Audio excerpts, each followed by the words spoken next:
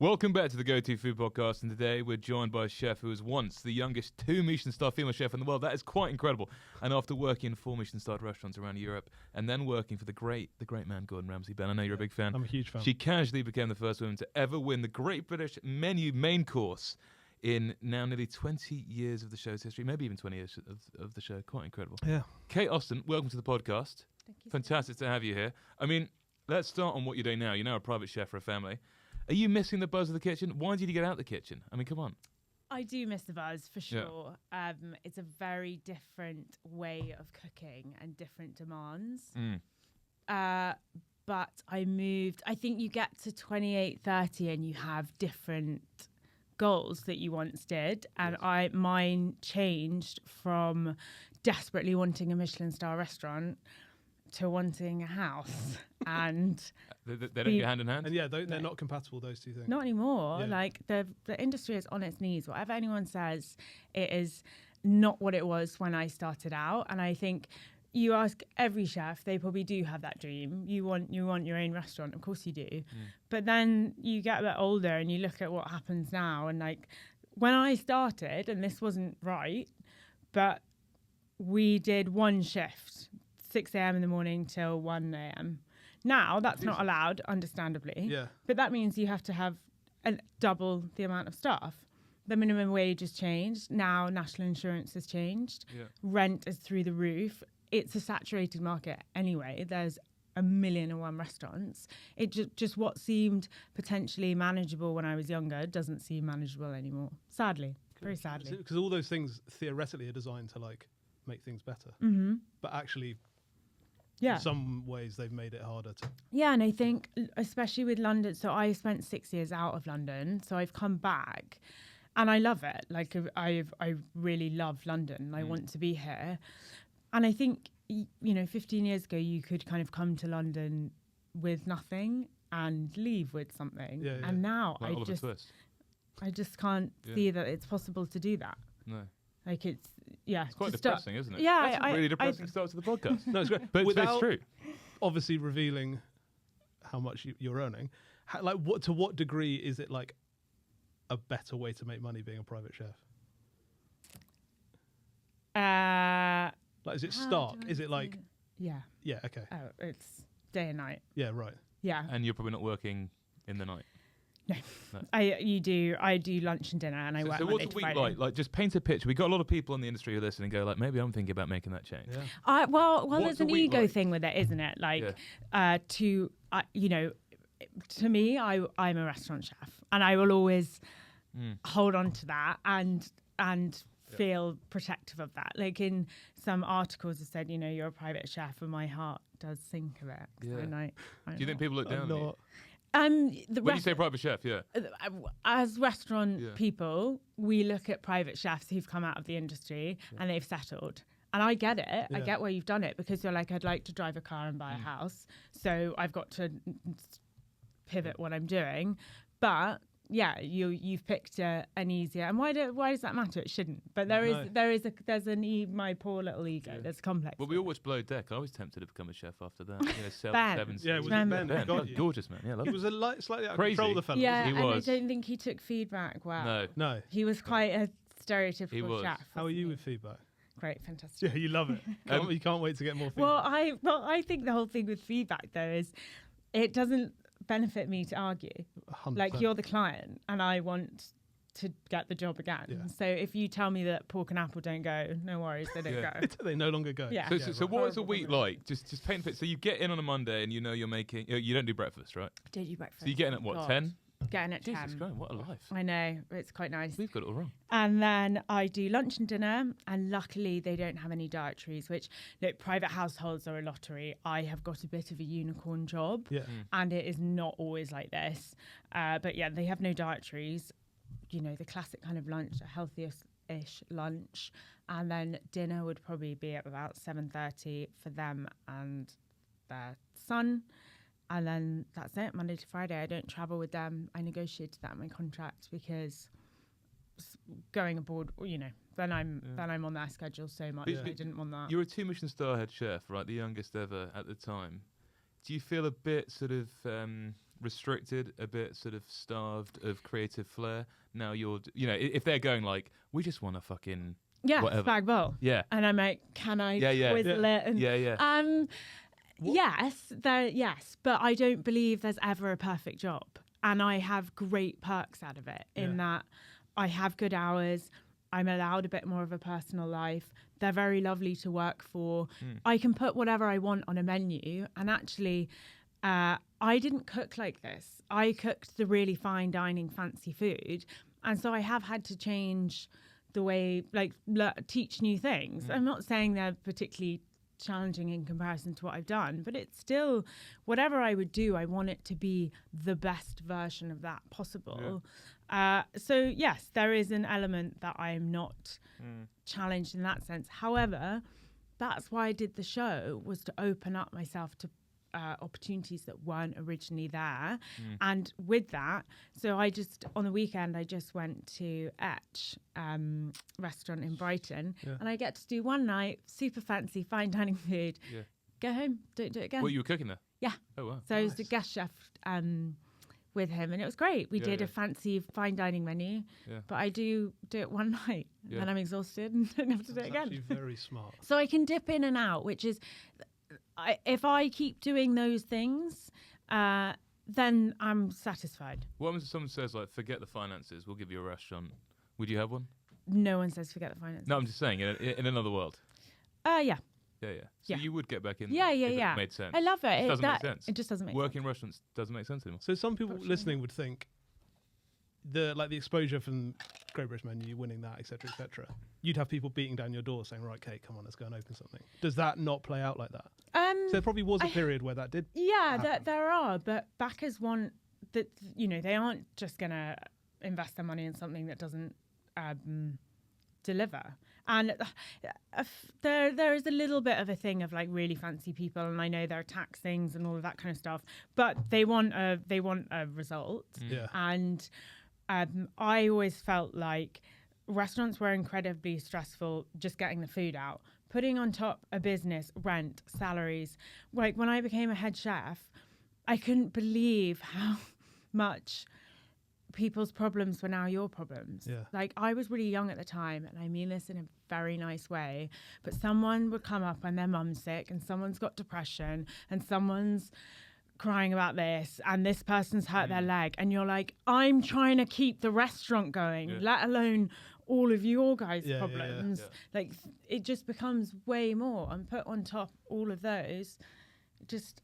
But that's why a lot of chefs we speak to, head chefs, like Tom Booton said it, and people like they actually preferred being sous chefs. Because you can still cook and not worry about looking after people. You have a bit of creativity, but it's not all. It's not all on your shoulders. I mean, that's quite incredible. Something to think about. Well, what's the weirdest brief you've got from a private client? And as we say that, should we have a drink, then? Yeah. What are we going to have? You up for having a drink? Yeah. Would you be willing to have a Negroni? I would love a Negroni. From the Floor Kitchen? Oh, the famous Floor Kitchen. What's the weirdest? You know what? That's sad. I don't have any crazy. No? No, but you do hear crazy stories of households. So there's a very famous car man who has some daughters who are also quite famous. Okay. And one of them married a bit of a dodgy guy. Yes. Are we with them? Yeah, I'm with you. What? He has spaghetti. But a bit of a crick. And he has spaghetti bolognese blended up. That's what he eats. What you blend the pasta? You blend the whole thing. That's what their private chef does. Yeah. So do you bulk make? Are you like, I'll just do Monday and you can heat it up yourself the rest of the week? Or do you come in every day, fresh every day? And apparently if you're the driver, you're like forbidden to stop at a level crossing. So like granny's coming across. Oh my God. And if they stop, they're fired. Could just be rumours. But there are all these great stories. Cocaine's a hell of a drug, isn't it? What about your go-to cocktail? So I have come more into cocktails than I was. I wasn't a big cocktail drinker. However, I love all the seasonal stuff. Tequila. Put tequila in it. Thank you very much. Cheers. And cheers. Thanks for coming in. Thanks for having me. Have I done the telly? My head's dribbling around. Cheers. Cheers, Freddie. Thanks. Absolute treat. This is seasonal. I like all the blood orange and the rhubarb stuff at the minute. I think any tequila-based cocktail with that in. Yeah, nice. I went to Rita's. Do you know Soho? Very good. Really good. And they had a delicious blood orange Missy cocktail. Flint, right? Is that her name? Best name in the business, I'd say. Missy Flint. Isn't that? Missy Flynn and Gabe. That's Real. Yeah. There's such a good soundtrack as well. So much so that I asked for it and stole it. Oh, Really? wow. Play It was for the just it was something for everyone. Mm. Yeah, like foot tapping. Restaurants good should just vibe. like share their playlists on Spotify, they shouldn't they? did. Is that what they did to you? Yeah, it was like called Rita's Opening or something. Wow. It was great. Beautiful. So something with tequila is your Yes, cocktail, please. essentially. Okay. Well, next time. Yeah. I will Yeah, do that, so and I'll make it seasonal. Yeah, please. Make I notes, won't Ben. write a Fuck's sake. complaint. But No, don't. I mean, You've already like, got it wrong. Jesus, we're only 5 minutes in. TripAdvisor's looking pretty good, so don't ruin that. True. Freddie and I coming around for dinner. oh, okay. What are your little snacks? What little cocktails are you putting out? Little nibbles. You're going to be disappointed. Oh. We Brilliant. won't. But We'll be everyone delighted. thinks that I love to cook when people come over. But I want to join in. Yeah, right. Okay. So I don't want to be, deep frying Scotch eggs last minute and stuff like that and No. mixing tartar. No. So I would start basic with your olives, crisps. You can have some cocktail sausages because obviously they are delicious with like They are honey delicious. mustard Yeah. and I don't think they're eaten enough. But I'm not going wild for you. on What that. brand, Chris, were we thinking? Well, I said this the other day and got it wrong. Okay. I'm also embarrassed Wrong. to say this to the chefs who will judge me. Yeah. The truffle, is it Tours or Torres? Torres. Torres, Yeah. yeah. The truffle one. What people got cross with you? Well, it's truffle one. It's really like shitty. I know. It's not. I know, So but good, if though. That's like getting cross with like the so good. prawn in skips isn't Yeah. real or something. Yeah. Do you Or know the what I beef mean? in Like, your fine, it's a lips. crisp. Yeah, yeah. Okay, I that's love fine. them. Yeah. I do love them. Right, so sausages, crisps, and olives. I thought you were going to Yeah. ask what brand of cocktail sausage. No, that would be. But that good. would have been. Well, Are you making the little sausages yourself? No, I'm no. absolutely Okay. not. What brand of cocktail sausage are we? We'd go butcher. We would, okay. I'm We're not fucking a around. big Messing around. butcher. I went Okay. to Hills and Scott on Broadway Yeah, Market. nice. Yeah. I was like, I'll just have a chicken, please. He's like, it's £27. I was like, please put the chicken back. Yeah, yeah. Let's Put the And chicken I- back. Start again. Yeah, yeah. I am not having chicken for dinner. Fucking hell, that's That- quite. What? Yeah, so but for a I whole get- chicken? Whole chicken, £27. So you don't like to cook? What happens then when you have to get to the main, Yeah, well, I'll cook, the main but I crescendo wouldn't- of the meal? Well, I wouldn't. But I just wouldn't do. Do you do the American thing? No, you where wanna be everyone having- brings a course? Is that what? Uh, what's that called? Like a Uh, potluck. Potluck. No, Sounds like I'll terrifying. cook. I'll Yeah, yeah. take it. But the thing that I would host the most, Yeah. Sunday lunch. Okay. I love Sunday lunch. Really? Come on then. And I think being abroad, when I really missed home and everything British, there is nothing more British than a Sunday roast. Amen. So I always used to do it, and Yeah. it just made me feel like home. Okay. And you can get quite ahead for that, can't you? Yeah. Like, there's nothing you do last minute, maybe apart No. from your cabbage. So Freddie and I coming round. I'm changing the question. We're Freddie and I having coming Sunday round for Sunday lunch. What Fine. are you? What are we having? So I'm going to go with chicken. Hmm. Really expensive chicken. Yeah, £27 I did, yeah. All right, we'll chip in. Because Fine. bread sauce Yeah, is- nice. Yeah, out of this world. agreed. So loads of bread sauce. You can have carrots, peas, and cabbage. Beautiful. To get like in a kind of medley. Yeah, or I'm happy separate? to mix it all Yeah, together okay, because I don't have beautiful. enough pans, so we can Yeah, have yeah. we can have all in one. Roast potatoes, loads, way more than necessary because I also think they're delicious cold. Yeah. Are they? They are. Hold on, I have maybe a creepy thing here. Oh, Did you don't put up a share. thing about your dad? He's obsessed with roast potatoes dipped in bread sauce. Oh yeah, he was. You're correct. That you very is. much, You Freddie. deep dived. That is a I deep did dive. deep dive. Yeah, that's kind of what He we deep have does, to dive. do, right? on the Monday. Yeah, that's the After- thing. Yeah, Yeah. absolutely. Yeah. So And like that line is there from Yeah. him. And what are you Yeah, doing? yeah. Are you putting them in goose fat? How you get Yes, Yeah, goose yeah. fat. Okay. Absolutely. Then what else would I? Not Yorkshire pudding. They only go with beef, and I'm Yeah, respectful of that. Yeah. Yeah. That's good. Agreed. Gravy, loads. Maybe some tarragon running through because I like chicken and tarragon. Oh Yeah. yeah, me too. Wow.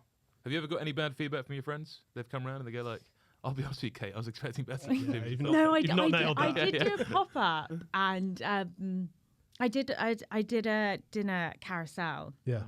which I loved, and that was like a very positive thing for me. And a friend came, and she does actually work in food, and it was quite challenging. And there was about 50 covers, and you kind of had to cook everything on your own. Yeah. And I'm a big believer in like Yeah. just say things are nice. Mm. Even if, don't be honest, Yeah, especially even on if the they're your night. mates, No, just yeah. like, and Yeah. she said, I did think the lobster could have been cooked more, and I was like, Jesus. Fuck you. What's their okay. name? Yeah, shout So her I'd out. like just the Still listen to community to pod. say that is not legit. No. It was fine, I could take it, but I thought I probably just wouldn't have done that, Yeah. but it was okay. What about you have too many Negronis? How are you curing your hangover? Or too many tequila-based drinks? As in food or it's drink? a combo. Bloody Mary, obviously. Yeah. Back on it. Yeah, back on it 100%. Pasta. I really love pasta. I can never be bothered to make it. I know it's so lovely fresh, but I think there are loads of really good brands that make great fresh pasta. Yeah. Mm-hmm. So just buy loads of that. And if I had the time, I'd do like a slow cooked ragu. Oh. I love.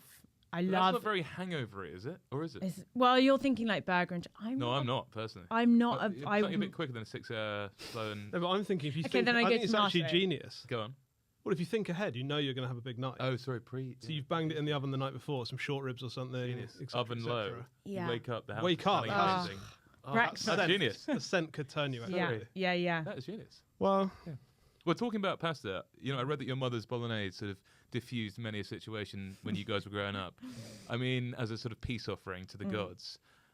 How important was food in your household growing up? And because obviously you went to university afterwards, right, before you became a chef? Yeah, I was not born a chef. I don't think my family could say that about me at all. No. But mum was a fantastic cook, and we used to fight loads as a family. Like we were not chill, but we used to sit down and eat. And it used to calm the storm for sure. right. So even if there'd been a big tear up. Yeah, and obviously one could kick off midway through. Yeah, nice. Yeah. It wasn't, no meal was safe. No. Yeah. But there could be a window of like 5 minutes of silence where everyone just did enjoy, mum was home cooked, bolognese, lasagna, shepherd's pies, all of that kind of stuff. Yeah. I'm really, really good at it. And that, I think, actually for me, that's where it became an emotional thing. My parents have an old school relationship. My mum definitely cooked for my dad, and it brought so much joy to him. Yeah. And I saw what food did. It just made people happy, and was such a sweet show of emotion. Yeah. And I think that really stuck with me. But I didn't necessarily know that at the time, but that's kind of what I think about food. So you weren't like at her apron strings learning how to make bechamels and stuff? Like, No. And you went off to university. What were you thinking you might do?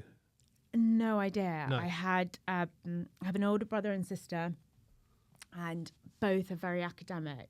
My brother's very academic, my sister's very bright, and I just wasn't that. But I wasn't worried about it. Like I was so bang average at school, and happily bang average. Yeah, right. I wasn't enjoying your like, life. Yeah. I knew I wasn't academic. I wasn't going to go and be a doctor or a lawyer or anything like that. But I never felt the pressure to, and I credit my parents for that. They obviously were like, we've got 3 different kids, and this one's not as on the same wave as the other 2. Yeah. And they didn't really push that at all. And then I went to Newcastle, of course. That sums up kind of middle of the road. Shout them out. Shout them out. Yeah. You went to Edinburgh. That was it. But Newcastle's a seat of higher learning. Yeah. Good night. Oh yeah, Russell Group. But it was just I went to get a degree with the old school belief that if I was for an interview with someone who didn't have the degree, I would get it. Yeah. And then I picked a career where you absolutely need no degree. It's largely irrelevant. You could basically be a criminal and get a job in a kitchen. Yeah. So was it straight after uni you went to Mawston Hall and said, fuck it, I want to be a chef? Like, what was the trigger point? I kind of was like, I don't know what to do. I don't have any idea. I can't see myself sat in an office. I'm not really good at anything. Like, why would you go into a job at something that you didn't feel you were good at? And I haven't got anything that I'm particularly great at. But I was like, we've grown up in this family of food, and I've been around it. Maybe I'll give that a go. But I think there's a real competitiveness and desire to be really good at something that was never lit when I was younger, because I just wasn't involved in anything. Yeah. So I was like, well, I'm only gonna try and go to a Michelin restaurant. Like, why would I work 18 hours in a pub serving fish and chips when I could do it in one of refined restaurants of the country? Wrong attitude to have. I know that there are great pubs and people don't want to work like that, but I was just in the mentality of I just never understood doing something unless you wanted to be the best at it. Which I actually think there's a real beauty in being bad at something and knowing it, because you can just enjoy it. I didn't have that. Once you got in there, in that environment, did that like get, I was going to say worse and worse, better and better? You wanted to like prove you're better than other people. Yeah. Like, did it kind of light that in you? Yeah, I mean, I loved Morstan Hall. They gave me a chance when very few other places would have. Like, I never trained as a chef. I had, I didn't make stuff at home. I consumed. I ate the stuff at home and I'd bake, but I'd never made a sauce. I'd never cooked a piece of fish. Like, I'd put sausages in the oven. Yeah. I really hadn't cooked. What did you say to them to make them give you a job? How did they, Well, I think a blessing is that in those restaurants in the middle of nowhere, they need hands all the time. Yeah. And they probably looked at me and thought, right, she'll last a month, but at least someone will peel some spuds or something for a month. Great. And there were bets on how long I'd last. And I knew that. And whilst I built very good relationships with them, and I loved Galton Blackiston and Greg Anderson has been, so he was the head chef at the time, and he is a support to this day, and I speak to him very, very regularly. It was really hard. We worked like unbelievably long hours, and I didn't know what I was doing. Someone would be like, go and vat pack this, and I'd be like, what's a vat pack? I really didn't know what anything was. I started on pastry, which was the best place for me to start because I had baked at home, so there was some understanding of that. But also there's a right and a wrong, and there's a recipe to follow. Yeah.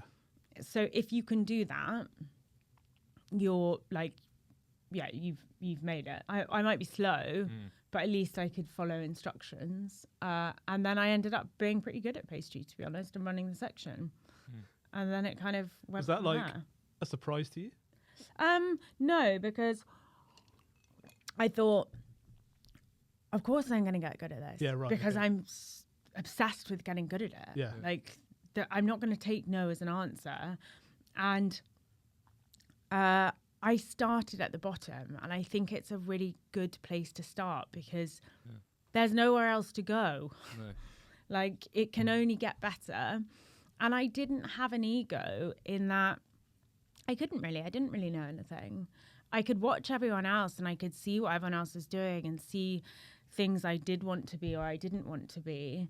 But no one really, I was written off because it was completely hopeless. But it was actually quite a nice place to be. Yeah. Did you feel yourself getting more creative? A lot of people, when they come up through the kitchens, are like, we can't wait to get our own stuff on the menu and like show what's going on in my mind. But if you kind of felt like you just ended up being there because at first you didn't know what else to do, but then did that like burning ambition to be your own person? Yes, but I think I was like, there's a lot I have to learn before being able to create stuff. And cooking is like hitting a ball or whatever it is. You just need to keep doing it and doing it loads. And that's why people maybe do rise up quickly, because we literally do so many hours. And I thought, I want to see all of these dishes and understand these flavors. And like Morstan taught me to season. It sounds ridiculous, but I didn't know about salt. I mean, we ate it, of course, but to get it right and to balance and all of that is... Can you give us an example for the listeners who are horny for seasoning advice? Put more on than you think. Put more salt on than you think. Okay. People always under-season, I think. Yeah. Did you feel like you were quite good at it quite quickly? As in, did something click? No, like, have you got a good palate? Like what was it that kind of like... I think I must do yes, but I really listened. Like, I learned to be quiet, and I think that is something that we don't always do. And maybe actually girls do it a bit more because we feel a bit more timid. We tend to kind of pull back. Yeah. But I actually found that being quiet helped because you just soak everything and you don't give anything out. So like you're kind of protecting yourself a bit. And I did feel like I had to be protected in that environment because they were not nice to me in the beginning. Really? Like, we ended up mates, and I would never want anyone to think that my time at Morstan didn't end up good. But we were an incredibly busy restaurant of a tasting menu that changed from canapes to dessert every day. We had a new menu. We came in with nothing. And I was useless. And this blonde, posh bimbo who walked into these country boys and was like, can I have a job? Yeah. You know, it didn't look great. And I used to go on my days off and I used to cry before I came back, and I was like, I just don't want to go back. And I lived at my parents' house. I'd moved home because they're in Norfolk. And my mum was like, you can't tell your dad some of the things they say because my dad's ex-army, he'll kill them. Well, what were they saying? Well, you just know when you're not liked. Yeah. But I felt like it was fair because I think some of the boys were unkind to me, but you do have to, you want to play in the Michelin and be the best, you're going to have to go through the mud a bit. And I didn't feel like I deserved, I wasn't there wanting everyone to be really nice to me. I get that I had to go through it a bit, but I also think I took loads from it in how I would never treat someone, like everyone has to start somewhere. Everyone should be given an opportunity. And the fact that Austen gave me an opportunity, from then on, as a manager, I hired anyone because everyone should get the chance. And they gave me a chance, and look where I ended up and, where I got to. You're on the Go-To Food podcast. Congratulations. Thank you very much. Talking about going, up in the world, you went from 1-star to then obviously Restaurant Marcus around 2-star. What was that like? Mixed reports of the big man. So I was really nervous to go there because I'd only worked at Austen. It was 1-star to 2-star. He was off the telly, big name. Yeah. How long had you been at Austen, just quickly? 2.5 years. Okay, I'd so done, I'd definitely learned. Things had started to click for you, so you kind of knew. left in that little... Totally. Sorry, it was beautiful. Yeah. But I was worried because I'd only gone from doing this 15-course tasting menu that changed every day. Like I'd never done a la carte. Then suddenly Marcus had a team of 30 chefs, and we'd gone from 8 village boys in Norfolk. So I was really worried about the dynamic. And I turned up and they put me on pastry, which was fine, because I felt comfortable there. And the food just wasn't as good as Austen. I have a lot of respect for Marcus and what he's done. But I was like, we cooked better food there, way better. And it gave me a bit of confidence because I was like, oh, I do know what I'm doing. And there's so many chefs here, there's 30 of them, and they're not, we worked cleaner, faster, smarter, all of that than they did. So I thought, God, I do know what I'm doing. Also, Marcus's kitchen back then had no extraction pans. It was in the basis of the Barclay. Oh. It was about 50 degrees from 7 a.m. Oh. It was a bit old school, and you'd come in. Down there. Well, no, he said the whole thing redone. Okay, good, thank God. Whole thing redone. And now it's a beautiful kitchen, but it was bloody hot, and you'd have to, people would come in early so they'd get the pans so that you could make your sauce. It was a bit, we're on sauce, so you got to come in at 6 a.m. because there's only 3 pans. I've had a few people talk, isn't it? Or all that goes through my head is it must be deliberate. People used to bring in their blenders, like whatever you used back then. Yeah, to make purees and stuff, because if it was a busy week, Oh, but it gives you... It must be deliberate. Because Marcus Waring could afford another set of pans. You'd think, but it probably just... actually, I think they're so tight at all restaurants. Been out to Turkey a couple of times. Yeah, he has, Those plugs don't come cheap. No. So, but yeah, was he working in the past or not? Yeah, a bit, yeah. Mark and Shauna were the head chefs, and they were lovely. A couple. What, like a real life couple? A real life couple. That's so nice. And they were really lovely people. Yeah. So I massively backed So actually not as good an experience as Austen. And did that inspire you to get out to Scandinavia? Because that's when it seems your life really came alive. The wonders of cooking. So I think I did about a year, maybe more at Marcus. And I think it did give me a bit of confidence in... I looked at the way other people worked, and I felt that I worked better than they did. In a way that was like... I thought my attitude was better. I wanted it more than other people. I wanted to be the best at it. And I think it wasn't being competitive with others. I actually didn't care about what you were doing. I just wanted to be the best for me. And that was quite healthy, because I think sometimes if you're always pitching yourself against other people, then it becomes about them, or the competition's wrong. Whereas I just wanted to come in and be better than I was before.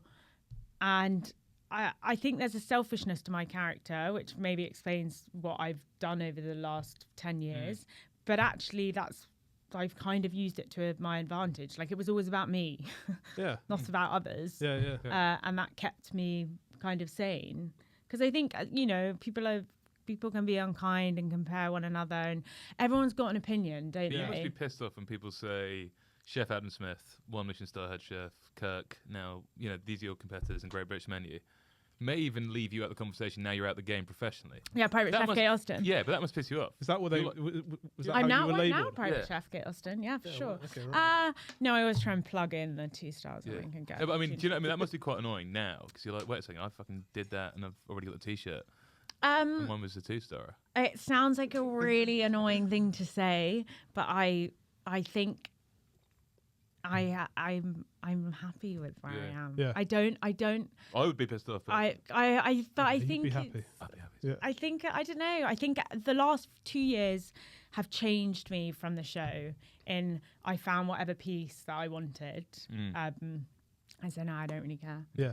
Yeah. I mean, when I worked at Ramsay's, I was pretty senior in the company, to be fair, and we were part of the development. And I remember going to one of the Bread Street kitchens, and we were helping on a service because Jockey always used to make us help out and stuff that wasn't really our thing to do. And I was deep frying chips, which, felt like wasn't great. I'd come from Francen. And I was like, I looked at Jockey and I was like, how have I got here? And he'd I always was in laugh. the 6th best restaurant in the world last week. What am I doing? And he was like, look where I've ended up. Yeah. And it's then like the graveyard image. And then the head chef turned around and he said, oi, baby, drop another basket of fries in the fryer. Oh, God. And I was like, yeah, chef. Oh, no. And I was like, Jockey, how's this happened? Yeah. Fucking hell. But Talking about Scandinavia, that you started off 2-star AOC in Copenhagen. How long was it before you became head chef? Because I read that there was sort of a bit of luck, a bit of good timing, a bit of fortune. But, like, how did that all come together? So I believe everything is a bit of luck and good timing and fortune. Yeah. Like, absolutely. I decided to leave Marcus after a year or so. Scandinavia was super sexy at the time. Having a moment.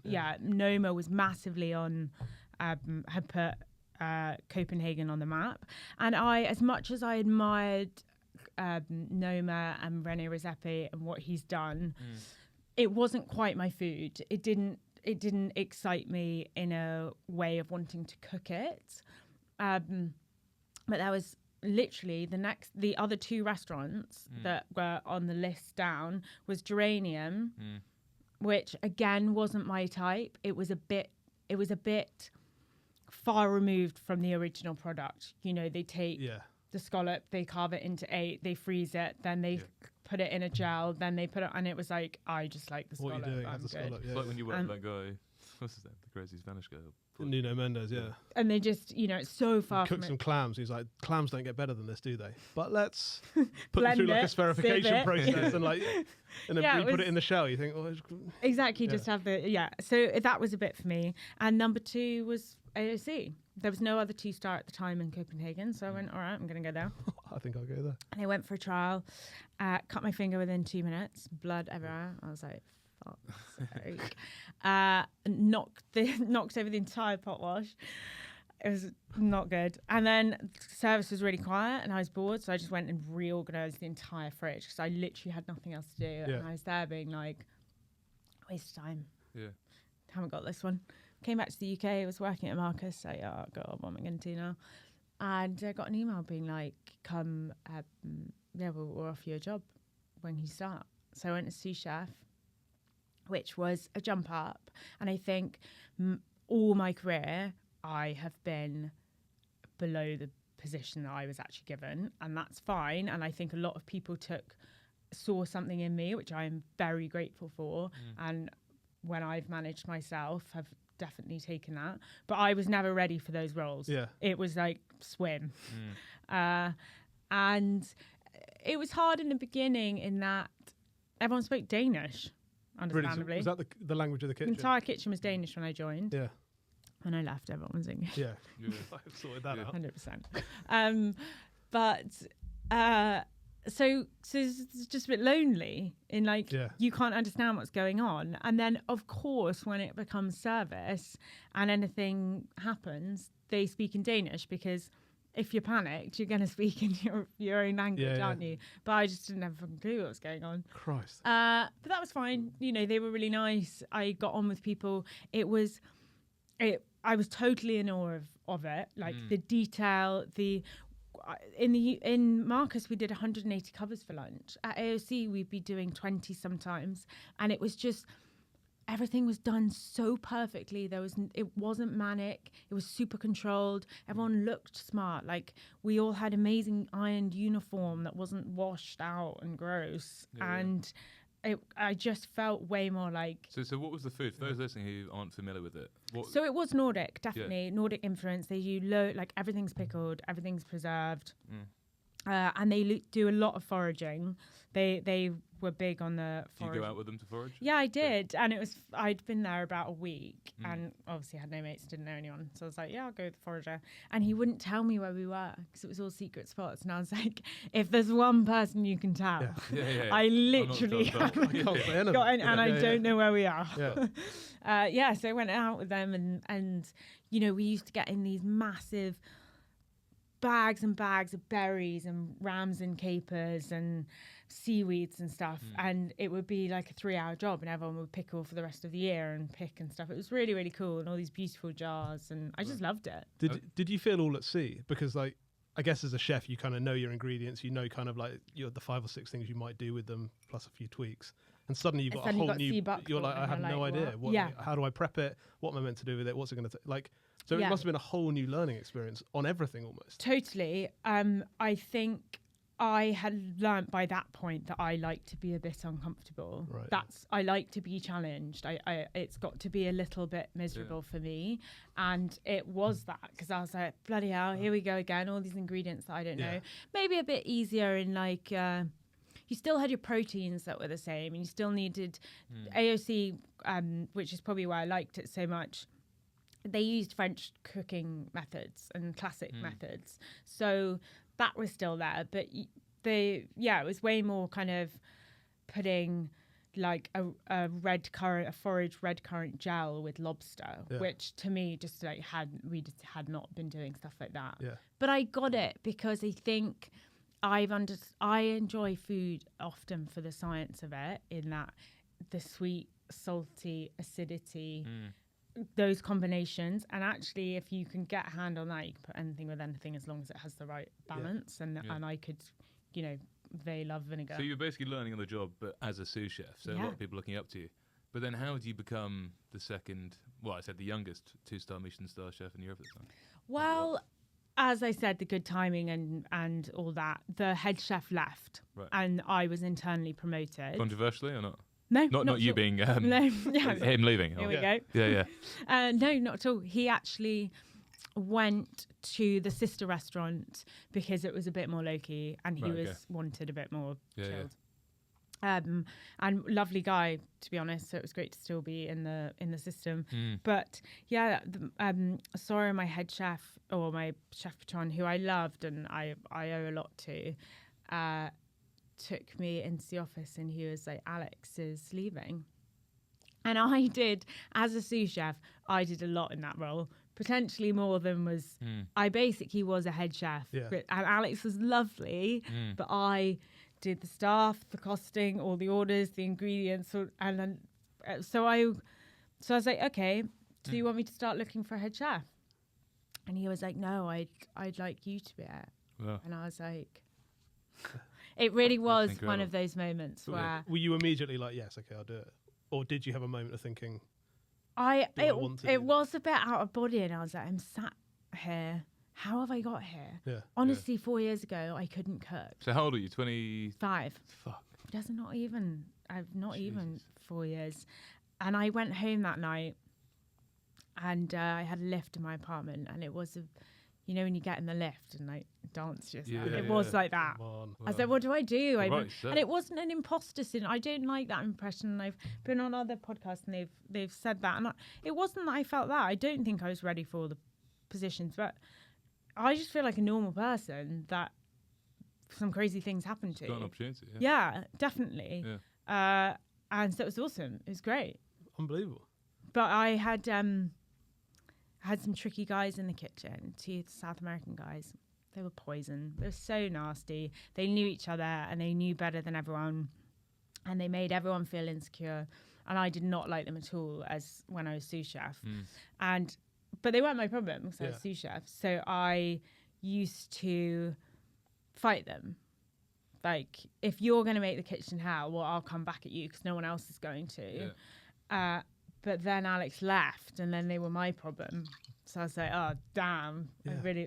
But we got rid. So what do you do? Fired him. Yeah, first thing you did. Yeah, bye. Yeah. Nice. You're like, I'm the new head chef. You two are out. Yeah, I'll do the section. Yeah.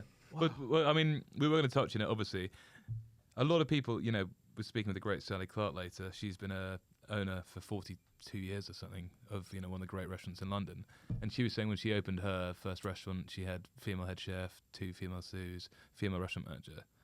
But where is the industry right now in terms of sort of balance and sexism and all these wonderful things? Well, I mean, it's obviously, there's been a bit of a light on it recently. Yeah. And I think first and foremost, there is no place for sexism, sexual intimidation, whatever it is in the kitchen. I think that, you know, 100% that should not exist. And I'm so sad for the stories that people have come out with.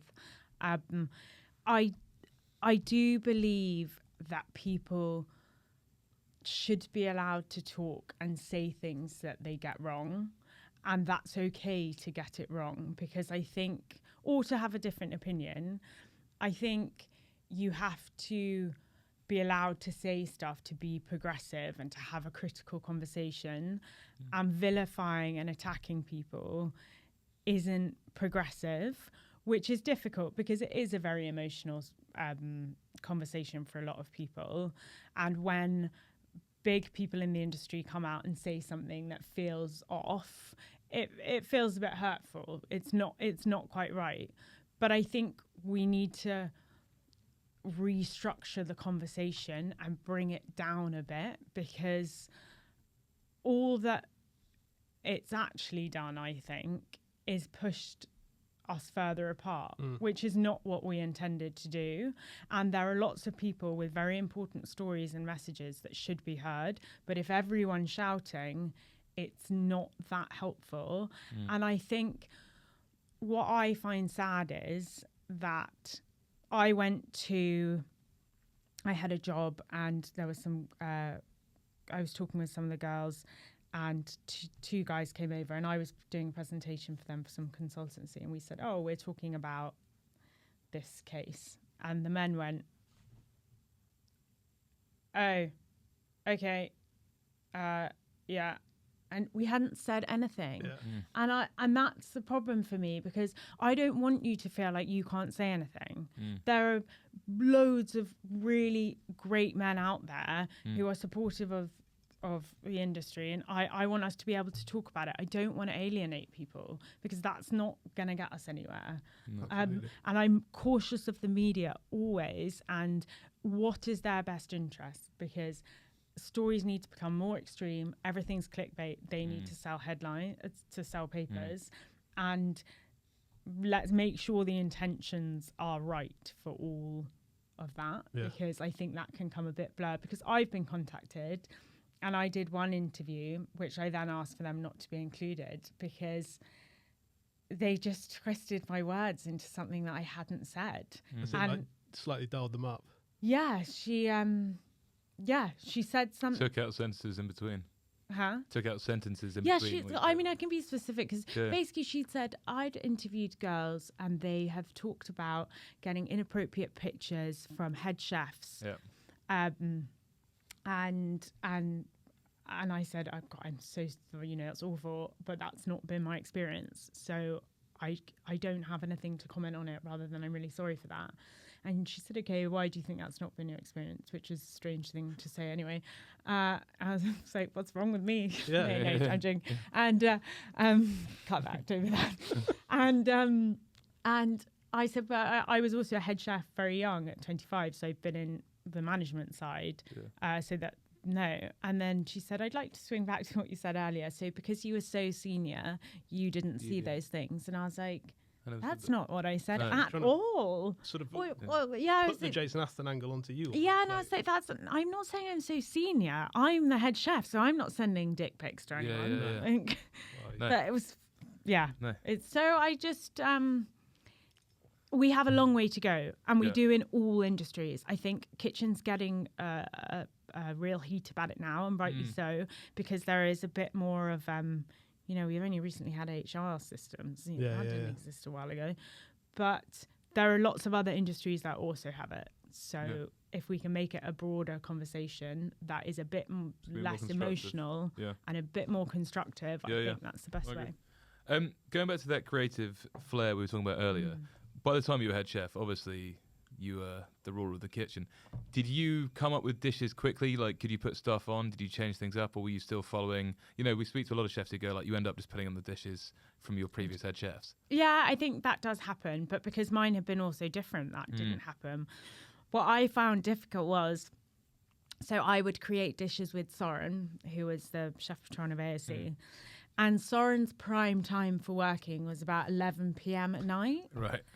Which was not my prime time for working or anything, to be honest. No. And that's kind of when we ded it. And it was awful because I'm a morning person. After service? Yeah. He'd kind of come in mid-service, get out some ingredients, and I'd be like, oh my God, here we go. And we'd work into the night doing it. And I'm a morning person. I should really be a baker. I shouldn't. Yeah. And it was horrendous. I mean, that scene you described was like cute in movies. But when everyone's being creative at night. No. Nightmare when you're trying to run a restaurant. Service is done. And so do you regret some of the dishes you guys put on, or what? No, I think we put on great stuff, and Soren spent a long time thinking about it. Like, other chefs maybe put things on much quicker.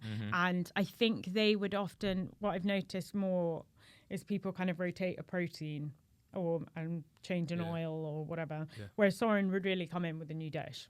Yeah. And start from the beginning. Build it from the ground up. Yeah, of something totally different. So why did you leave then? I mean, you were head chef of this 2 Michelin-star restaurant, and then suddenly you pack your bags, you go to Sweden to Frantzen, obviously 6th best restaurant in the world. But why did you decide to leave and go from head to sous? Well, so I desperately missed home.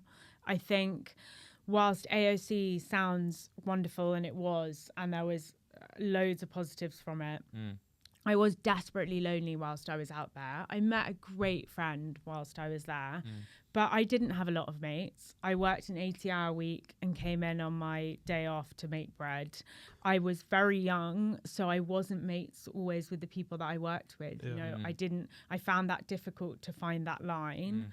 And I was really lonely. And I think until you've felt that, especially in a country you don't speak the language, all of that kind of stuff, you live on your own.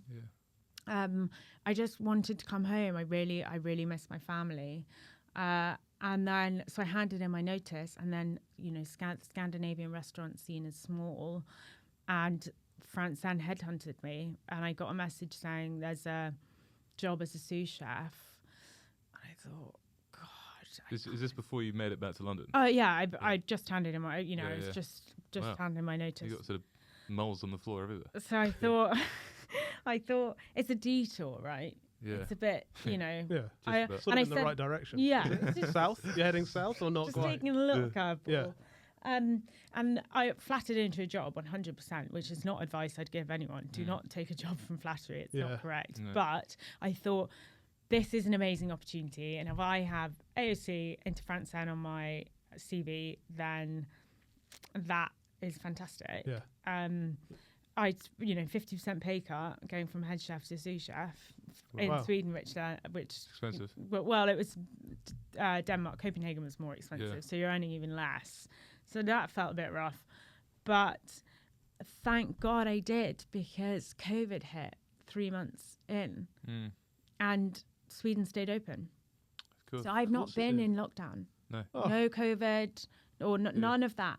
No, all of that experience wasn't. You're a conspiracy theorist. You don't even believe it. I don't believe it happened. Yeah. You never saw it. Yeah, never saw it. Yeah. So we went to work every day, and when I moved back, I'd have interviews, and people would say, what have you been doing for the last 2 years? And I was like, working really fucking hard. Working at a 3 Michelin star restaurant. Yeah. Well, I read that you said it was incredibly tough. Was that the toughest place you worked? Or? People-wise, yes. Like, I think Austen was the longest hours, and the hardest probably in that the amount I had to learn was a lot. But I didn't enjoy Francine. I can't lie about it. And I always wondered whether if I had a platform, the way I would talk about it and how much I'd give away. But well, you got a platform now. I've got a platform. They're arseholes. Yeah, No.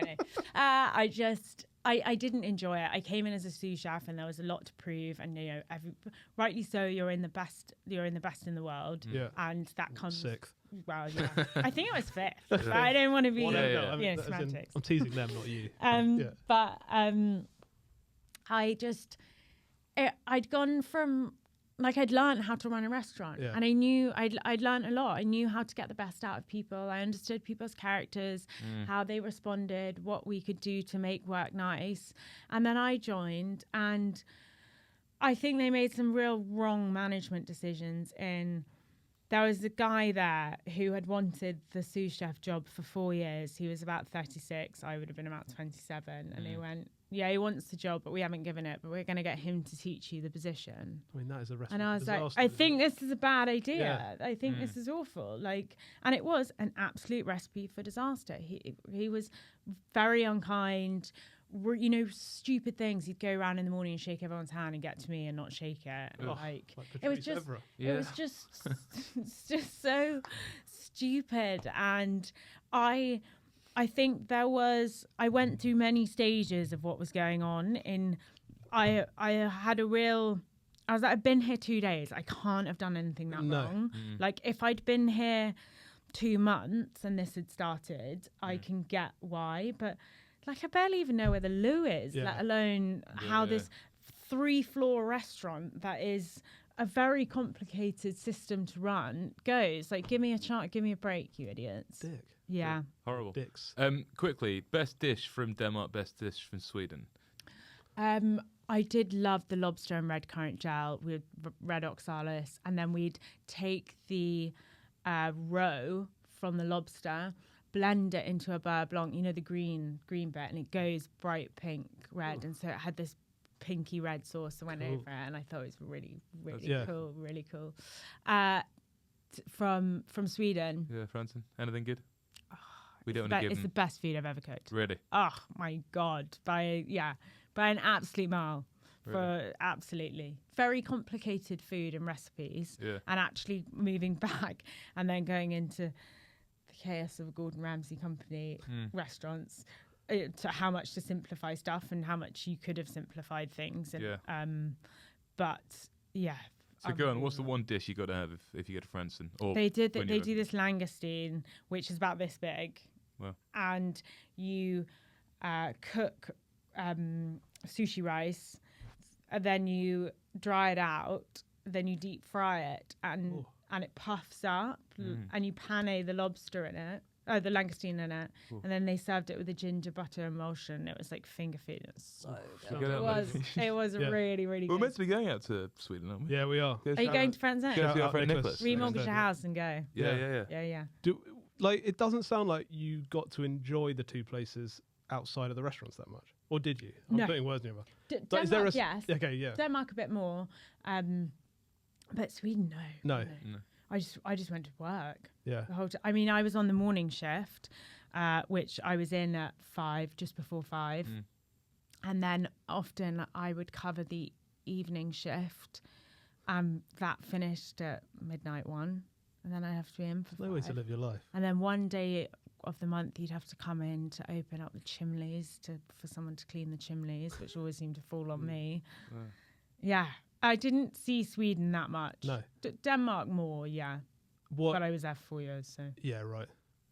So you could enjoy the Denmark restaurant a bit more because it was kind of thriving at the time, right? I definitely ate out for sure. Yeah. Seems like a cool place. When we had Anna Sugard on. Loved it. Yeah. So cool. They're unbelievably good-looking people. Really? No personalities. No personalities. Really? It's very much like this room. He's a beautiful man. Freddie and I, very good looking. Oh, Jamie's no beautiful. personality. Jamie. You don't need to lived be and though when studied they're really in Copenhagen. good. Oh, did you? Very good looking lot. But boring. And Jamie. Yeah. Oh, Like not very. no, they're not self-deprecating, which I find a really you need funny a bit of sense that. of humour. No, if you like put yourself down, We need to I'll get be him a like, mic. why? Yeah, we do. George Jamie. used to have one, didn't he? Shout out to George if he's still listening. For any listeners who are thinking of going to Copenhagen, Yeah, 100% do. could you give us a little like hit list? Where should we be going? Build us a little weekend in Copenhagen. Bar is my favourite restaurant, BARR. So I it's always wondered how to say that. Yeah, okay, bar. Yeah. You could have taken Run Up. I mean, Well, in my head it's bear, but Oh, were you being serious? I'm being serious. No, it is BARR. No, you got it right. I just Oh, right. Okay, sorry. Freddie and I are both Um, dyslexic. You just got to give us a break. you do. The script's a mess. Yeah. The show's a mess. Yeah. Okay, come on, build the weekend. It's the original Noma. It looks like a sauna. It's so beautiful, all wooden. Yeah. Wooden ceilings, wooden tables, wooden floor. Looks stunning, and their food is so good. You know, they have a schnitzel, and they have beef fat waffles with lumpfish roe and creme fraiche. Oh. That just delicious. Okay. And then they always do some kind of plum and ice cream pudding with some foraged oil. Ugh. I love it. lovely. I mean, very expensive. That's Oh, all right. Palagel. Okay. So this is the traditional small bread. So you go and have schnapps and small bread, and it's the one that all the. Did you go? No. It's all the one. What are you doing, Jamie? Yeah. Yeah. You should have been going. Sorry, so you go and have a schnapps. Yeah, you have your Yeah. schnapps and beer. You always have. They call it a sidecar. Oh, wow. So you have two. You always have your Nice. beer on the side. Dangerous. And then all your open face sandwiches, which someone needs to do in the UK. It is so I had them in good. Prague. They do them there as well. Really good. It's so good. These massive piled Yeah. up sandwiches. I think it's such a win. Yeah, We don't do it. Well, I was reading the other Have an day Isles was that burger. 52% of the country eat a sandwich every Really? week or every day. An open sandwich. No, just a normal sandwich in this country. Oh, in I'm saying, this like, country. there's an opportunity for an open sandwich. yeah, place. I feel like we 100%. feel we're being shortchanged on the bread. Yeah, true. Give us another slice of bread. Yeah. Come Oh, on. okay, fine. Yeah, No, but then you can buy then you can have 3 sandwiches, Yeah. 3 open faced. You wouldn't just get one. You'd go and get a few. No. Where else, mate? Juno Bakery, Yeah. cardamom Oh, yeah. buns. Have you been? Or you have? Yeah. Oh, We've been. God, phenomenal. Where else? Off the top of my head, that's where I'm up to. It's pretty good. That's beautiful. Good weekend. Yeah, yeah. And what about like night out? Are you clubbing? Are you I'm not really a club at night? Are you No. late night barring? I'm like, no. You're in bed by 9. I'm in And bed by 9. Well, you're We all back are. in for the chimneys at 5. You can't be out. Yeah. It's a nightmare. Talking about food, Ben. We normally, I say you normally create something for the guests. What have you done? I've made a little. Oh my God, fantastic. I've made a pho. Is that how you say it? Yeah, it is. Wow, for hitting here. What you haven't done the longest in? How are you heating it up? I was gonna do the long. I've got it in a thermos. It's pretty bleak. I mean, the whole thing's quite. No, You're I right don't- to question No, I it. don't want you to spin out. It is pretty I'm not spinning out. I'm Okay, very fine. relaxed. I'm I'd love incredibly to relaxed. try it. The next studio we are looking for a kitchen, aren't we? Actually, we've got one We've got a behind the kitchen curtain. behind here, but it's hidden. Let's get it. No, I open. know, but you can chat amongst yourselves. Okay, fine. Bloody hell. I want to talk about the Great British Menu because obviously you come back, you work for Gordon, and then you go to the Great British Menu. We were mentioning Kurt, we were mentioning Adam earlier. Yeah. Shout them out, friends of the show. Very Um, lovely boys. But obviously you become the first lady in the 20-year history of the show to win the main. But let's start on the starter because that was a bit of a nightmare, wasn't it? I think this is how I go. I always have to Yeah. start on the back foot. Vegan And starters are hard though. I'm not a vegan chef. No. I actually thought it was better than it was, Yeah. clearly, as well. So I think It was like Fergus Henderson trying to do a vegan starter. yeah, It doesn't make sense. it's just Yeah. it wasn't. I think in my head, what I had was my vegan starter was good, my fish wasn't, Mm-hmm. my main was good, and my dessert was good. Yes. I think it's a And good combo. And I was like, that's fine. You can't be good at everything. I'll take one that's not as good. Yeah.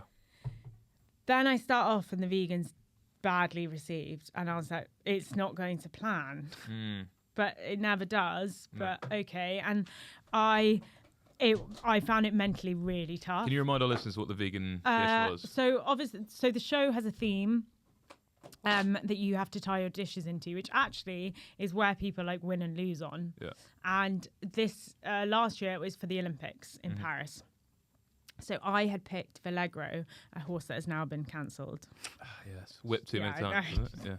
Yeah. Oh my gosh, you got all the side. I thought we were literally getting like just. Okay, You thought we were getting the Anglo-Thai broth?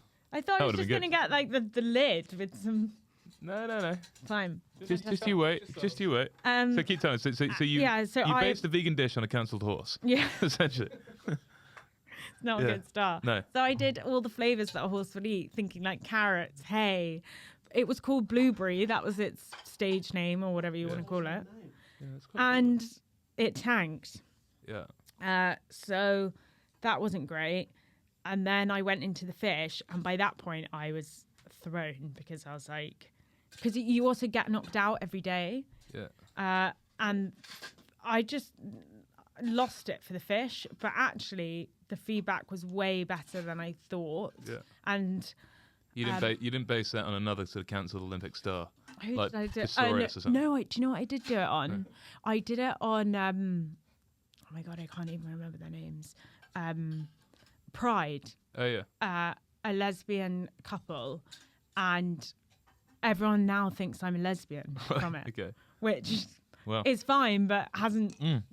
I'm not. You're not. So. Well, you can use the platform to let everyone know.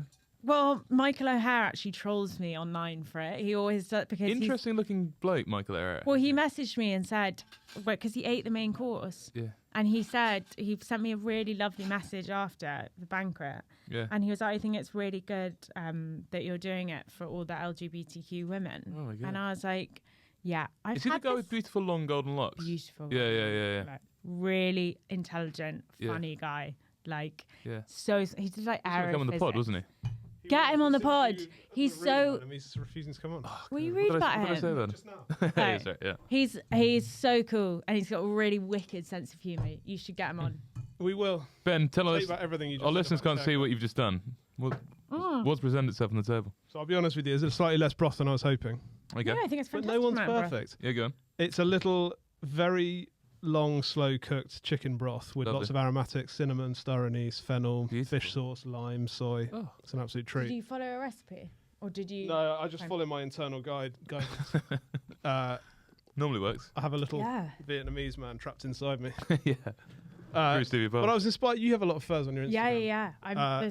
Did you pick it for that? That's why I picked it. Right, it looks absolutely delicious. I was either going to do cold roast potatoes and bread sauce. Imagine if you'd done that. Or a little cheeky that would have been cheese. And then we got some bean sprouts. Blue cheese on it. Really? Yeah. My dad eats a diet of white and beige. Fair play. So let's talk about the main then. The fish you scrape through. The vegan controversial horse thing is a disaster. But the main is when you make your name. What a fork as well, somewhere. Yeah, so I'd done a lot of studying previously of people who'd won, and I'd noticed that we went really. So my brother and my dad, thank you very much.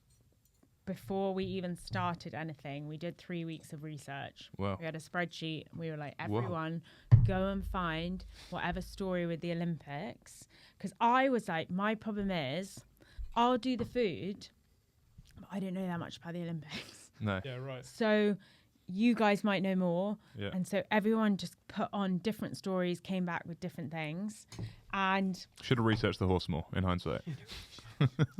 No, it wasn't cancelled by the time I did it. Oh, sorry, okay.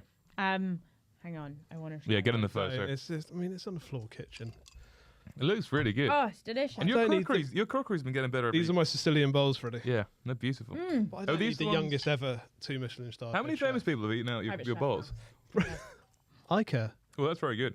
Is that right, Freddie? Depth of flavour there. I'm hungover on a Sunday. We seasoned well enough. I got a bit of sriracha, but maybe that's sacrilege. No, it's really good. It's beautiful. Anyway. Nice and salty, good salty. Too salty though? No. You need to think that. That's good. No, I don't think. I trust my seasoning, but I know when you've learnt seasoning at Morstan Hall. Yeah. It may be off. Did you? I could believe. No, I learnt seasoning at home. Oh, to be fair, that's pretty nice. That is very good. I'll take it all back. A bit more lime could have been good, but there is some there. No, I put lime on. Okay, good. You're sweet. Delicious. We're getting to the main. Oh, God, yeah. We were getting to the main course. Right, main course. So, Freddie, you very greedy. I thought that. Oh gosh. Okay, I know. Dane, Adam Byatt came for me. He did, didn't he? I didn't even provide him with ice. Can we give you a glass of red? Do you want a glass of red wine? No, that's right. It's fine. I'm so sorry. Don't be sorry. We got to up the budget on the show. Oh God, it's tough out here. Yeah, Kate. so I noticed that the people who won had lots of bits. It wasn't just one plate of food. So I was like, I need lots of bits.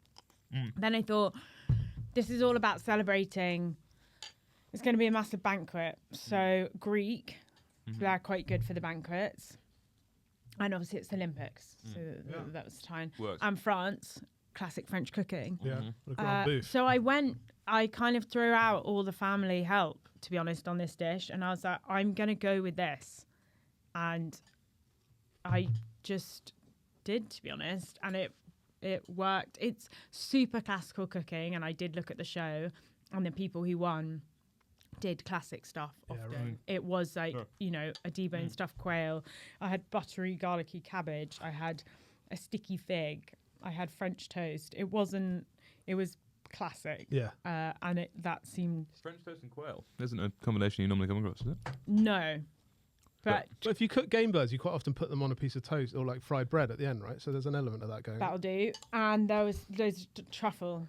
Truffle, I think, goes to that. Okay, yeah. And it was meant to be because in Greek times, they ate cheese and bread at the Olympics. There was a tie, which I can't remember now. Well, yeah, a happier time. There was a reason. It was all because it had to be. Like if you went down to when people were the last two standing, if someone's brief wasn't good enough, they didn't win. And so I had gone in on the. You were brief. meticulous on this. Yeah. Well played. I wanted to give it everything. Yeah. And then if it didn't work, I felt I'd given it everything. And that was okay. But some people would turn up and they'd be like, I haven't tried this dish before. So they're slightly winging it. You're on Great British Menu. Like, we knew the brief. Why haven't you tried the dish before? But people are I wouldn't do it if I were a chef. I'd be too scared. Why? Well, because I see the great Harry from Trinity the other day losing out, and I'm just like, I felt bad for him. I saw in his eyes a bit of pain, a bit of emotion. What is the it's pretty brutal. like in there? Is it kind of cutthroat, or is actually everyone being very friendly? Oh, the crew are so lovely. Yeah, okay, right. Absolutely lovely. Judges are really lovely. But what about all the other A-types in the room?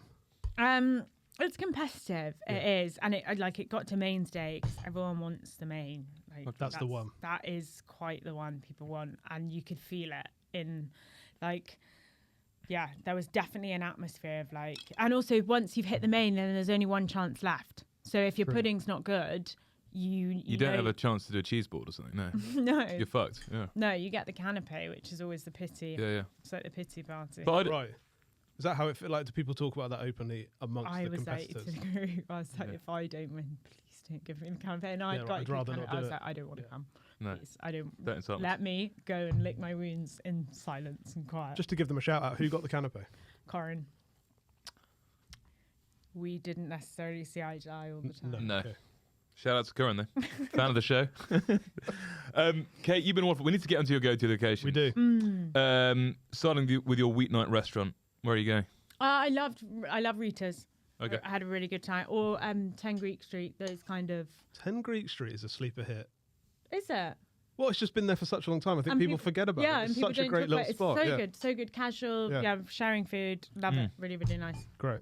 Also, they had they mark their wine up differently. So I think you can drink amazing wine for not such high prices. Cool. Really? They just Great, shout out I don't know if they still do it. Andrew Edmonds. Do you know where I went where I was so disappointed? What? Or is that not? No, that's our show as well, yeah. It's top job, but ours as well. Yeah. No, it's us as well. We're looking to adopt Just it. don't sue us. Duck soup. Oh, really? Oh my God, I've heard about it for years. And I went maybe 3 months ago. Why was it so bad? Okay, the pickles, which, come on, we all can do a pickle. Yeah. It was... It's not all been 2 Michelin starred in Scandinavian. No, it was half a side of a bell pepper. That was it. And it was brutal, big mouthful. So vinegary. And then button mushrooms. Literally, if there's 2 veg, not to serve as a pickle... They're putting all their budget into Camille and Borough Market, that's why. Yeah, probably. Well, I was a bit disappointed with that one, but maybe they just had an off day. Yeah, everyone can have an off day. But what, are you disappointed by Camille as well? Oh, no, I haven't been there. Oh, sorry. Okay. I probably won't I was about to say, fucking hell. No, Camille's wonderful. Yeah, the Camille's amazing. So it won't be duck soup, I'm guessing, but where would you be going for a special celebratory supper? I really like Lita in Marylebone. It's been getting a lot of hype recently, hasn't it? I went in the summer, actually, and that was great in the summer because they have the big doors that open. That was really, really good. Where else have I been that I loved? I want to try Tom Brown's. Pearly Queen. Yeah. Great fan of that. Yeah, which I haven't been. Paddy Mayer, head chef, huge fan of the show. He had a little announcement on He did. hot dinners. There was an Irish celebration, Is wasn't that there? what it was? Yeah. Anyway, shout out Paddy and Tom. Yeah. And Pearly Queen. What about your hidden gem? A little secret we can stow up on our listeners' ears. Restaurant-wise, hidden gem. Or bar. Or just... Goodbye Horses in de Beauvoir. Talk us through it. What's that? Where's that? Right around the corner. Really nice wine bar. Good wine bar-y style food. Nice big stone bar that you can sit on. There's a bit for outside. And it's in the neighbourhood, so it's quite quiet. Beautiful, yeah. I used to have this restaurant in Copenhagen, which I also think is such a great idea, and why didn't they do here? It was in a neighbourhood, and they just had one menu. So on the Tuesday, it was the lamb shank and apple crumble and custard. And you went, and that's what you got, packed every night. Then Wednesday was like the beef and onions and the sticky toffee pudding. It was such a good concept. Amazing. And no waste from the restaurant, because you've got 20 covers. What was the environment like? Like really cool, nice, buzzy, everyone drinking wine. Sounds incredible. Sounds Such amazing. a good idea. If we could corral some Sancta investors. Anne, that's what it was called. Okay, nice. On the Copenhagen. Just before we move on, this podcast is brought to you by Blink, the UK company revolutionising the POS game.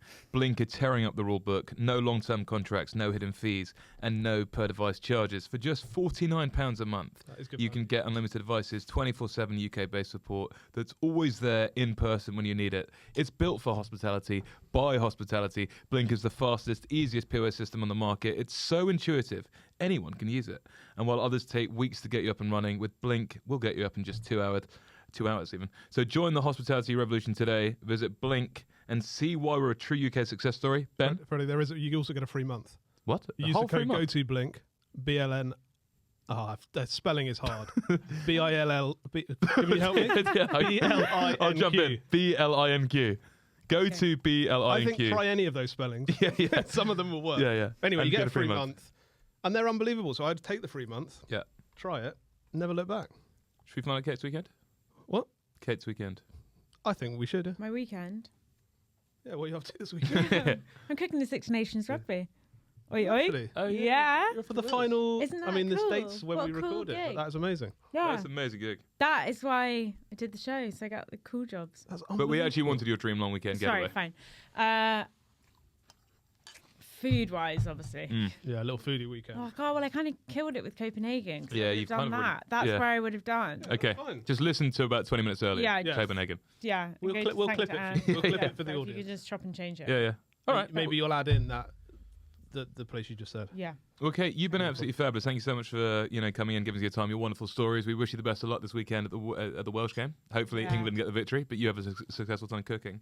We're going to finish off by saying, what's your go-to 3-course meal? The greatest 3 courses you've ever had? Okay, so starter, I would, do I get full? Full what? Like, am I full? Does it have to balance? No. No. Because I would like to start with a small pasta dish Okay. Yeah. of like Beautiful. a slow-cooked beef ragu, probably. Nice. Then I would like a roast lunch for the main Yeah. with Okay. all the Chicken. trimmings. No, I Oh. think maybe I'd do like a Christmas one. So then you can have your stuffing, bacon, chipolatas, all of that, What, and bread sauce. And turkey. turkey? And the Or turkey, goose, yeah, or whatever, but the turkey. meat's like the less Less, important okay, part yeah. for me, to be Okay. honest. That's fair. And then I would finish with a sticky toffee pudding. Oh, Fair play. do you have, just off the top of your head, a good sticky toffee pudding recipe? So I made the Waitrose mag one the other day, which Good. is just All right. online, with cardamom. Make us feel the useless about It our was lives. so fucking good. Really? Go online and use it. But you added cardamom yourself? No. Oh, The it has it recipe in is. Oh, it wasn't your recipe? No, not mine. Oh, sorry, that's what Everyone thought it was thinks a I little... make everything up. I Oh, yeah. do that one. So cardamom and sticky toffee. Well, we'll link that in the so bio. good. You guys can try it out. So good. Okay, no, beautiful. Kate, you've been an absolute joy. Thank you so much for coming Thanks in. so much. Good luck with the private family. Maybe we'll see you back in a restaurant one day if we can give you millions to get back Yeah, in there. exactly. But if not, keep on going. Congratulations on your house. That's sadly all we've got time for. If you're watching on YouTube, then please subscribe to the channel. Leave us your comments below. And don't forget to check out the incredible offer from Blink, which is spelled BLINQ. Spell it how you like, Freddie. If you work in the industry, via the link in our bio. Until next week, Kate Austen, those are your go-tos.